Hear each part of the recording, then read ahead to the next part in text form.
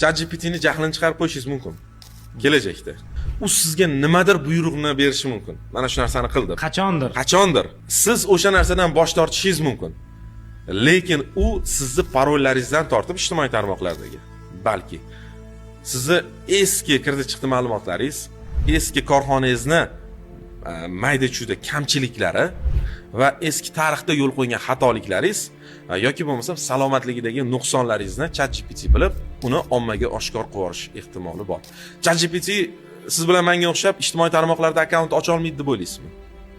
Sizdan mendan ko'ra ko'proq ma'lumotlarga ega, aqlliroq bo'lgan tizim bemalol qaysidir ijtimoiy tarmoqqa agar unga ochib berilsa, hozircha dostуп ochilmagan menimcha.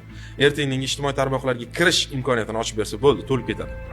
Ya'ni botlar bor edi oldin. U botlarga odam buyruq bersa qanaqadir vazifa ham bajarardi. Lekin endi xuddi odam kabi harakatlanadi ular.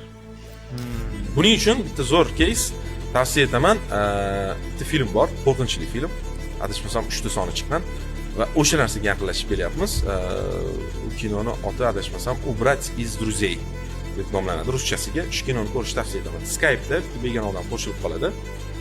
U xuddi sun'iy intellektga o'xshagan odam bo'ladi va bularni hammani tarixini bilib turib, hammani o'limgacha olib keladi.